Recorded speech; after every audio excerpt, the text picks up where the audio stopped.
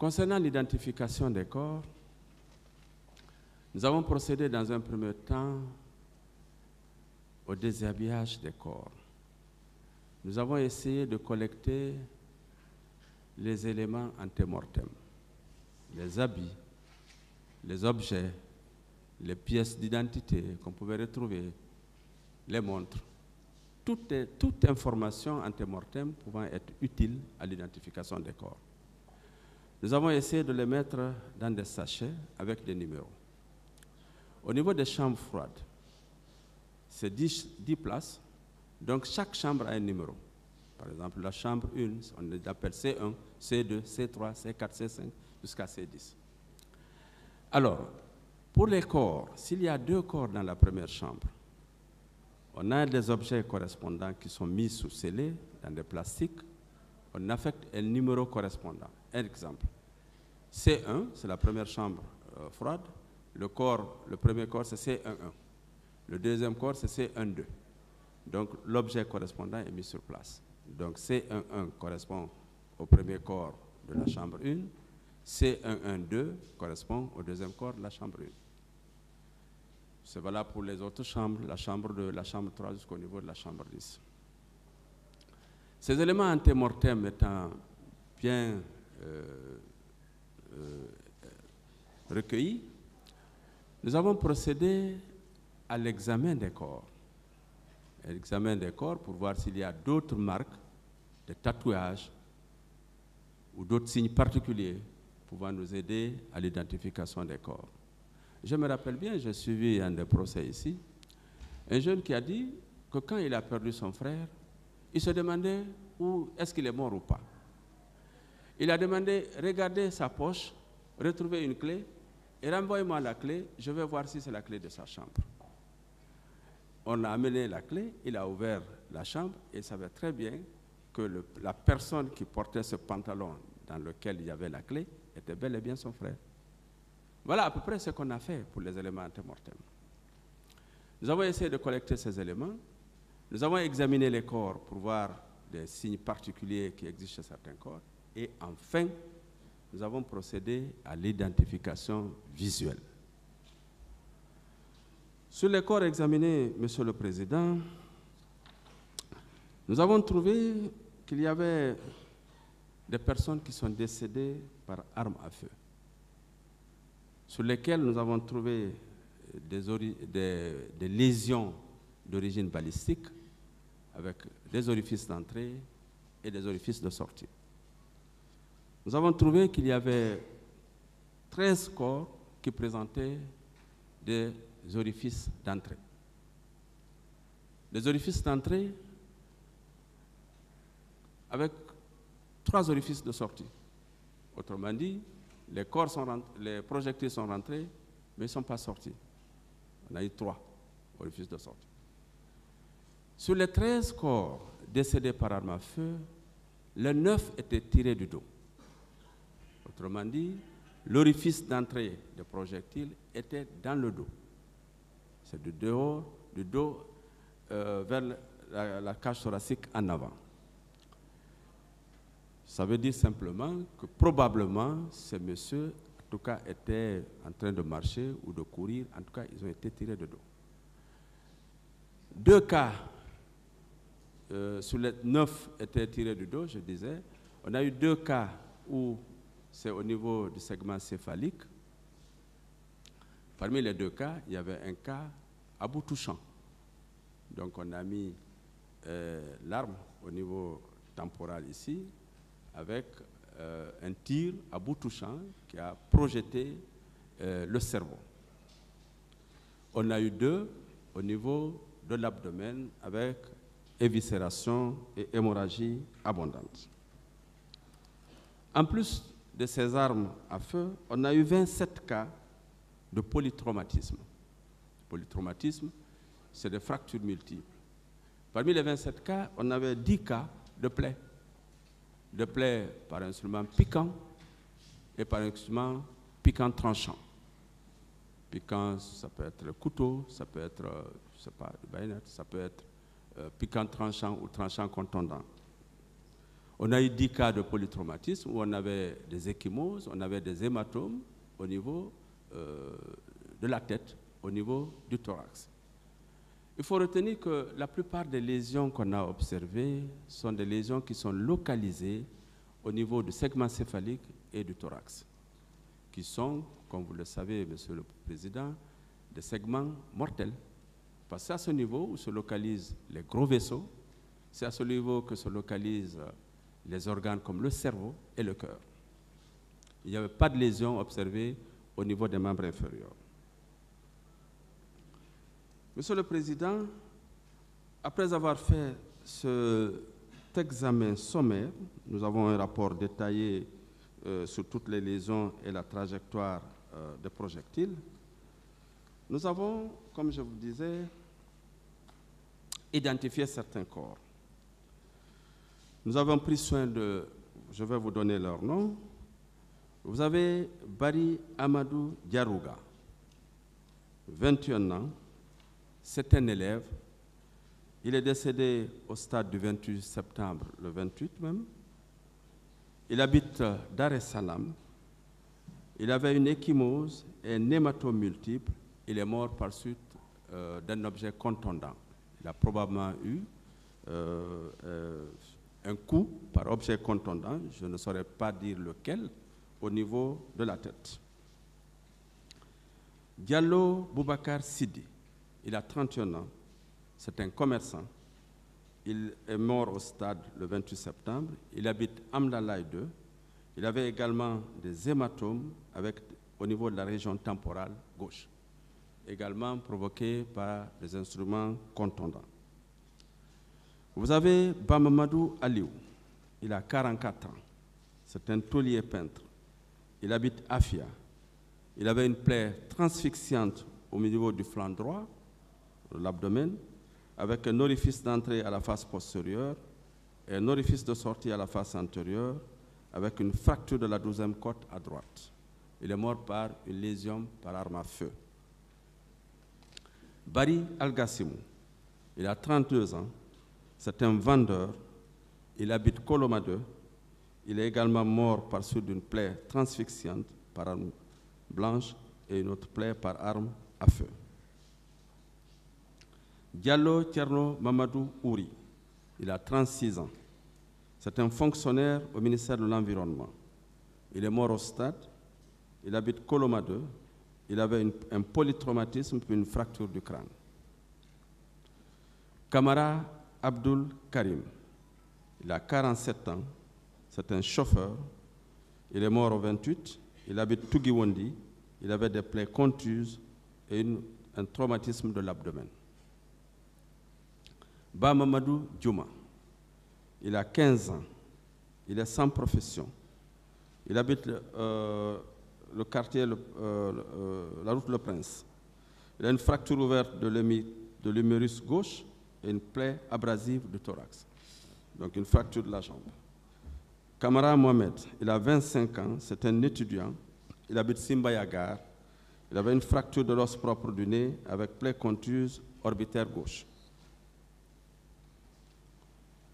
Diallo Souheibou, 18 ans, élève, quartier Amdalaï, plaie pénétrante du 4e espace intercostal gauche, plaie par arme blanche, c'était le couteau.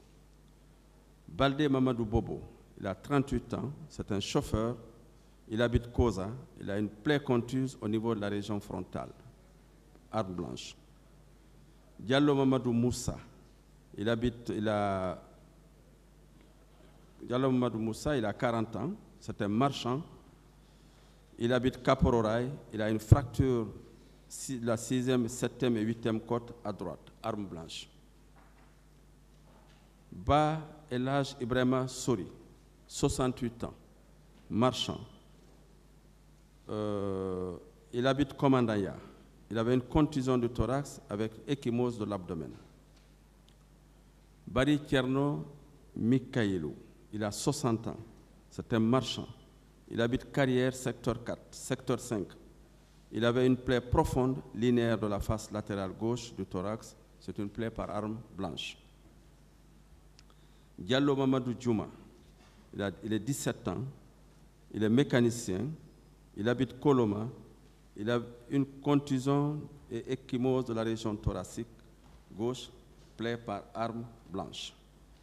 Barry Alpha Amadou, il a 19 ans, contusion abdominale, il habite Afia Minière, contusion abdominale, contusion thoracique, plaie par arme à feu.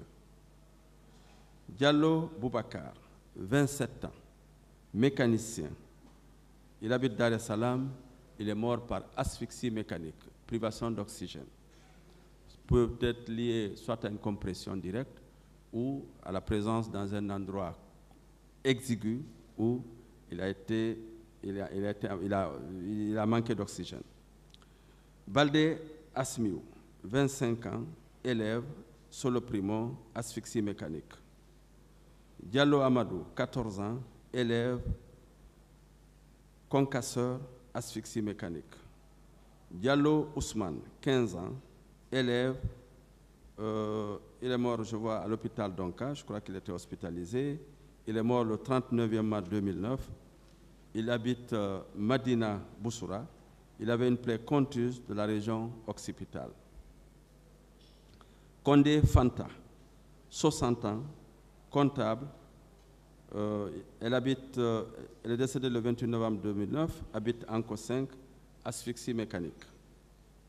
Ba Tierno Mamadou, il est mort hospitalisé à l'hôpital d'Onka.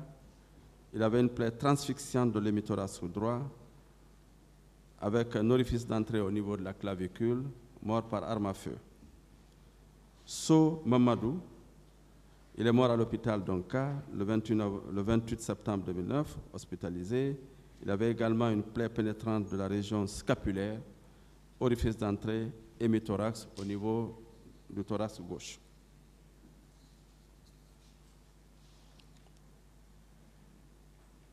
« 24. Kourouma Hirasi, 24 ans, il habite Taouya. Il avait une plaie pénétrante de la région temporale gauche avec un orifice d'entrée également, décédé par arme à feu. Asmiou, c'est un homme, il avait une plaie pénétrante occipitale, région occipitale également, arme à feu. Diallo Alpha Omar, 13 ans, il est mort à l'hôpital d'Onka, il habite Amdalaï, il avait une contusion thoraco-abdominale, plaie par arme à feu. Diallo Alpha Omar, 27 ans, il est mort aussi à l'hôpital d'Onka. Il avait une contusion crânio-encéphalique avec une plaie ouverte de la région pariétale, arme blanche. Diallo Boubacar, 29, 35 ans, il est mécanicien, il habite Simambossia, il avait une large plaie de l'épigastre, plaie par arme blanche. Barry Mamadou Saliou, 30 ans, il est boulanger, il habite Koza, il avait une plaie contuse de la région temporale, plaie provoquée par une arme blanche. Ba Amadou Toubou, 59 ans, il est marchand, il habite Amdalaï, il est mort par une plaie contuse au niveau de la région crânienne et du thorax, plaie par arme blanche. Monsieur le Président, ce sont les 31 corps qui ont été formellement identifiés et restitués à la famille. Parmi ces corps, il y en avait qui n'ont pas été identifiés. Ces corps qui n'ont pas été identifiés ont fait également l'objet d'une expertise médico-légale pour déterminer les lésions rencontrées, également les causes de décès. Alors, lorsque nous avons fini d'examiner ces corps, les corps non identifiés sont toujours restés dans la chambre froide. Aussi, Monsieur le Président, il y a M. Amadou Diallo, le journaliste qu'on avait reçu ici comme témoin. Il a dit que selon ses propres investigations, ces jours, il a pu compter 87 corps. Aussi, Monsieur le Président, Général Oumar Sano, il est venu, il a été reçu ici comme témoin. Il a dit qu'effectivement, il y a eu 157 corps qui avaient été transportés dans 4 camions. Ces camions-là ont stationné dans l'enceinte du camp avant d'être acheminés vers Ignace Dine, même si le professeur Hassan a dit que ces corps ne sont jamais arrivés à Ignace Dine. Aussi, Monsieur le Président, Général Valentin Haba est passé ici, il dit qu'il était au stade. Il a participé au ramassage de 54 corps. Et sur instruction du général Toto, ces 54 corps ont été transportés au camp Samori. Il était là. Et le colonel Diaby était arrivé. Ces 54 corps-là ont été effectivement mis à la disposition du colonel Diaby. Il avait nié dans un premier temps, mais le jour de la confrontation ici, lorsqu'on lui a posé la question, est-ce qu'il était présent au moment où, justement, ces 54 corps-là étaient dans l'enceinte du camp Armand Samori Touré, il a dit effectivement qu'il était présent. Ça nous a suffi pour que nous comprenions qu'il a reçu ces 54 corps-là et c'est lui qui sait quelle est la destination. Monsieur le Président, ces chiffres que nous venons d'indiquer prouvent à suffisance qu'on a eu un 28 septembre. Et ces jours-là, il y a eu des morts, il y a eu des blessés, il y a eu des personnes qui ont été violées.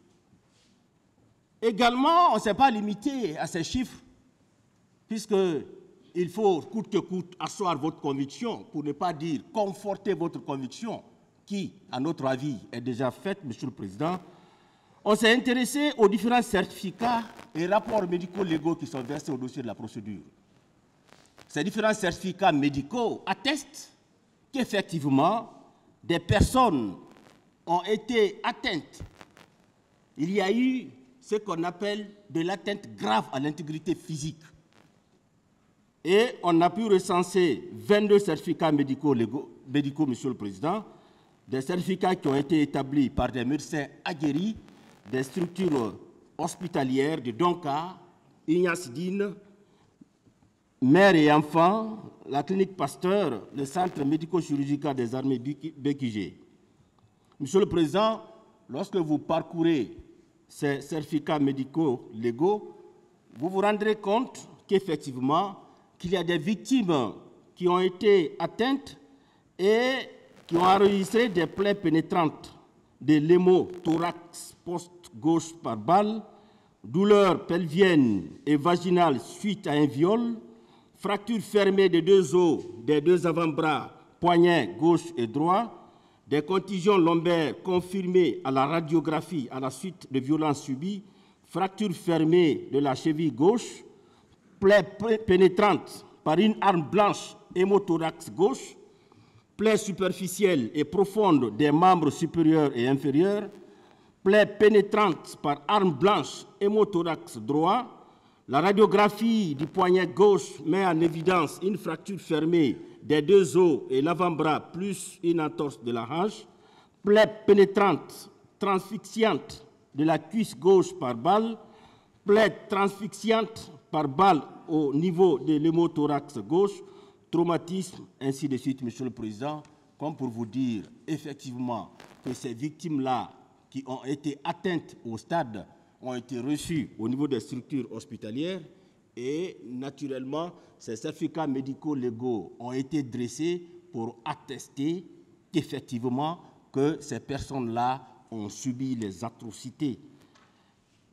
Monsieur le Président, honorables assesseurs, on ne s'est pas limité à ça parce qu'il s'agit de prouver.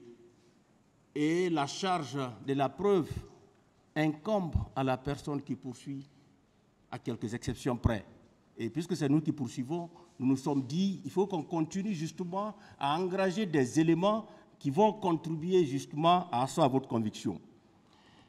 Vous avez permis du visionnage public ici.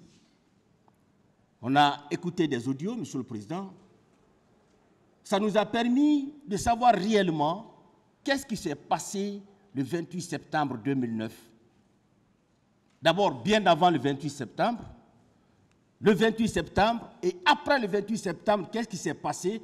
Le visionnage qu'on a eu à faire ici, Monsieur le Président, et également les différents audios qu'on a eu à écouter, ça nous a permis justement de comprendre que la date du 28 septembre 2009 pour la tenue du meeting a été proposée par M. Bahouri. Tout le monde a vu ça ici. Aussi, le 28 septembre 2009, une forte marée humaine était mobilisée au stade du même nom. On a vu ça ici. Et l'accusé Dadis fait une intervention où il dit clairement que l'armée était non structurée. Aussi, le même accusé Dadis a déclaré que ce sont 57 morts qui lui avaient été signalés, soit 53 par bousculade et 4 par balle perdue. Nous voyons ça dans les vidéos, Monsieur le Président, ce qui veut dire effectivement il y a eu un 28 septembre 2009. Aussi, nous voyons après les massacres, l'accusé Dadis a accordé une interview, ça a été déjà dit ici, à une chaîne de télévision, au cours de laquelle l'interview, nous ne remarquons aucun regret dans son comportement. Et juste après l'interview, Monsieur le Président, il rejette l'entière responsabilité des massacres sur les leaders politiques. Et nous remarquons qu'il s'est fait nuitamment un bain de foule. Et également, il manifeste toujours son intention de se présenter à toute élection présidentielle. Nous avons également vu au cours de ce processus qu'il y a eu effectivement échange de propos entre l'accusé Tiegro et les leaders politiques qui consistait à empêcher ces derniers à tenir leur meeting. Il a proféré des injures grossières à l'égard des manifestants. Aussi, le même accusé Tiegro avait parmi sa garde rapprochée 2 bérets rouges. Nous avons vu ça, Monsieur le Président. Et nous remarquons également que les hommes en body noir sont très violents et ils étaient en train d'infliger des exactions aux manifestants. Nous remarquons également que les leaders politiques avaient été blessés, la plupart au niveau de la tête. Également, juste après l'arrivée de feu Jean-Marie Doré au stade, les premiers coups de feu ont retenti. La débandade de la population après le début des tirs, nous voyons ça, Monsieur le Président. Aucun manifestant n'était porteur d'armes. Les cas de viol sont une réalité, car nous voyons dans les vidéos plusieurs femmes nues, meurtries, déboussolées et complètement effondrées. Les cas de disparus sont une réalité, car certains parents déclarent n'avoir pas retrouvé les leurs lorsque les corps ont été exposés dans la cour de la grande mosquée Faisal. Ça, c'est très visible aussi. Le largage des gaz lacrymogènes à l'intérieur de la mosquée Faisal. Ils ont largué du gaz lacrymogène, nous voyons ça dans les vidéos. Et là où on a osé larguer du gaz lacrymogène dans une maison de culte, ce n'est pas au stade qu'on va hésiter.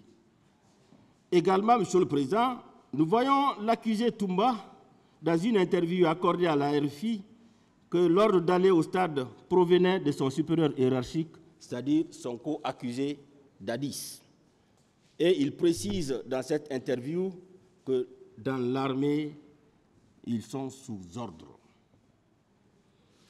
Le chef d'état-major général des armées affirme que c'est seulement la police et la gendarmerie qui devraient maintenir l'ordre public.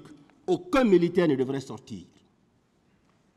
Le stade a été repeint juste après les massacres. C'était pour faire disparaître les traces.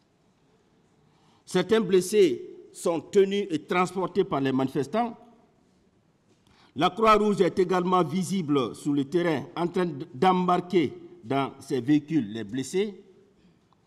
Certains assaillants avaient des bandeaux rouges autour de leur tête. Nous voyons ça également. Ça a été dit ici par les victimes et certains témoins.